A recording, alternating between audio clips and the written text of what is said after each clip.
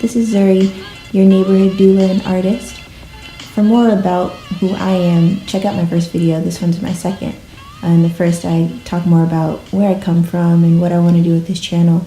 Here, I want to talk more about my art journey and what led me to pursuing career artistry.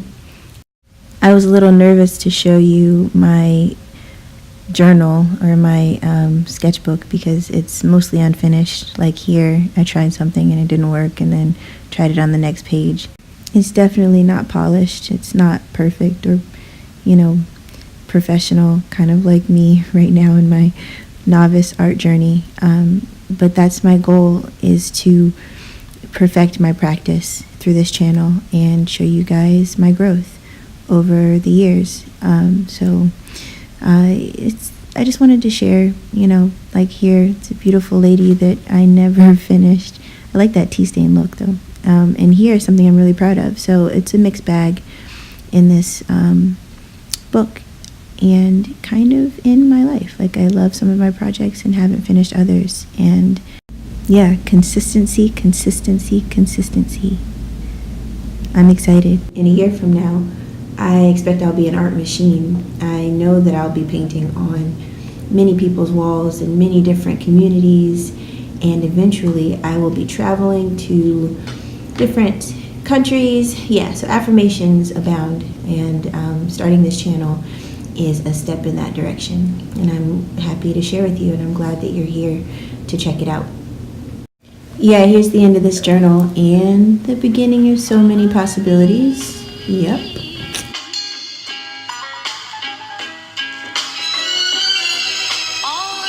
So let's see, where do I start?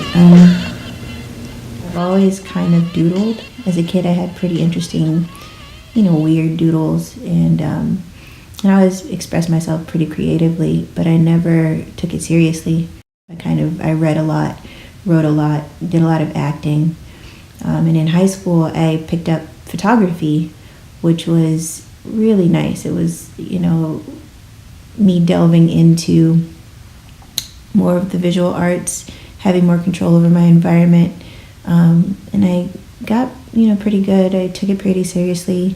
Went to NISA, the New York Summer School of the Arts, a selective process to get in, and you're given tons of great materials and access to artists as teachers.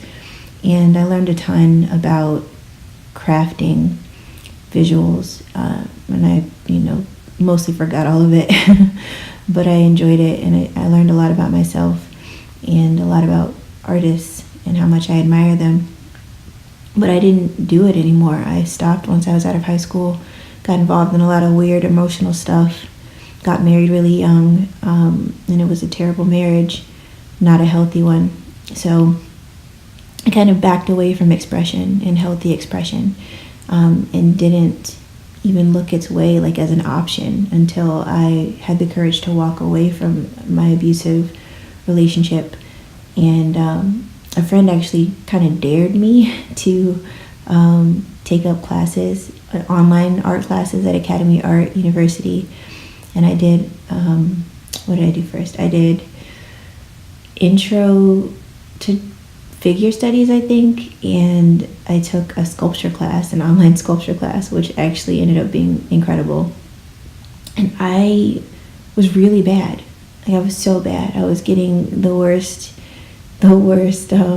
grades until the teacher said to me that there were no lines in existence, that there are only tones touching tones. And it blew my mind, like, poof, everything changed. And I literally, I saw the world differently, and I started drawing with no lines. I started drawing texture and tone, and it was beautiful. So that just really, it was amazing to me what was coming out of my hands. It felt like I was channeling something bigger than me, and I wanted to do it more, especially with sculpture. I felt like my hands were just taking over, and I didn't have to think about what I was doing. And it was a release. And then, of course, as those of you who are familiar with abuse may know, it's very hard to leave an abusive relationship. And I, like many other women, went back and I stopped drawing as a release, and it was very sad.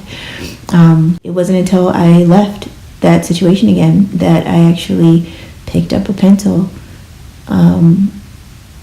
and expressed myself again. And it was just the most cathartic thing. Like, I just really felt accomplished in a way that I hadn't under poor circumstances, and I've kept at it since then. Over the last 2 years, I've pushed myself to explore color. I never had done color in class. It was just dry medium graphite and charcoal for the figure studies and intro to drawing. And outside of school, I've been teaching myself a lot. I've picked up acrylic and watercolor, and this is my first exploration into digital, which is what you see here. And that's been cool over the last 2 weeks. I've been fooling around on my iPad Pro, a gift from a very amazing godmother. And it's been a blast. My goals for my art journey is to become a muralist. And I did a little bit over the summer with that. Ithaca, New York has an artist project where local artists paint on electrical boxes to beautify the city. And I was given a very beautiful spot right on the Commons. It's central in Ithaca. And that was my first outdoor large-scale project. And I'm obsessed now. So I am marketing myself as a muralist and creating projects for myself. So stay tuned for all of that.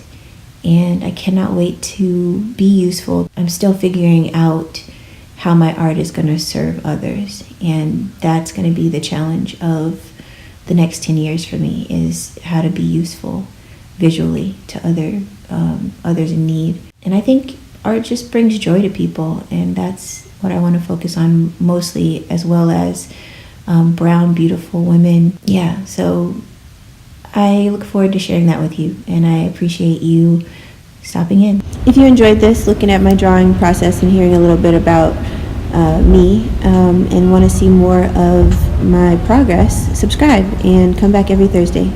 See you guys soon.